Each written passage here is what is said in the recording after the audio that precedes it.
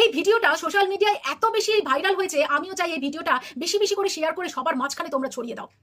ভিডিওতে দেখা যাচ্ছে এটা একটা দূরপাল্লার ট্রেন, আর এখানে একজন ভদ্রমহিলা পান মশলার প্যাকেট বিক্রি করছেন। আচ্ছা, ওনার পোশাকটা দেখে এতটুকু কি মনে হচ্ছে যে উনি কোনো অভদ্র বা বাজে পোশাক পরে আছেন? বা ওনার অ্যাটিটিউড দেখে কি এতটুকু মনে হচ্ছে যে উনি অঙ্গভঙ্গ বিকৃত করে কোনো পুরুষকে নিজের কাছে টানার চেষ্টা করছে? কিন্তু ওনার পাশে যে দুটো জানোয়ার দাঁড়িয়ে আছে, সে দেখছে যে একজন অসহায় মেয়ে, একজন একলা মেয়ে, তাকে টর্চার করতেই পারবো এই ভেবে তাকে টর্চার করছে, তার গায়ে হাত দিচ্ছে, তাকে নানা রকম অঙ্গভঙ্গ বিকৃত করে কথা বলছে। আচ্ছা, অনেকে বলে যে মেয়েরা ছোট পোশাক পরলে, মেয়েরা খুল্লাম খুল্লাম পোশাক পরলে তবেই অত্যাচারিত হয়। এই মেয়েটা তো অভদ্র পোশাক পরেনি, তাহলে এই মেয়েটা এরকম ভাবে টর্চার হচ্ছে কেন? আসলে পোশাকের ভিত্তিতে মেয়েরা অত্যাচারিত হয় না। কিছু কিছু জানোয়ার আছে যাদের চোখ মুখ সবসময় মেয়ে দেখলেই লালসায় ভরে ওঠে, সেই সব মানুষদের কাছ থেকেই মেয়েরা অত্যাচারিত হয়।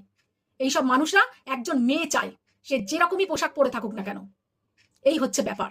এইসব জানোয়ারগুলোকে এই পৃথিবী থেকেই সরাতে হবে, না হলে কখনো একটা মেয়ে সুস্থভাবে বাঁচতে পারবে না।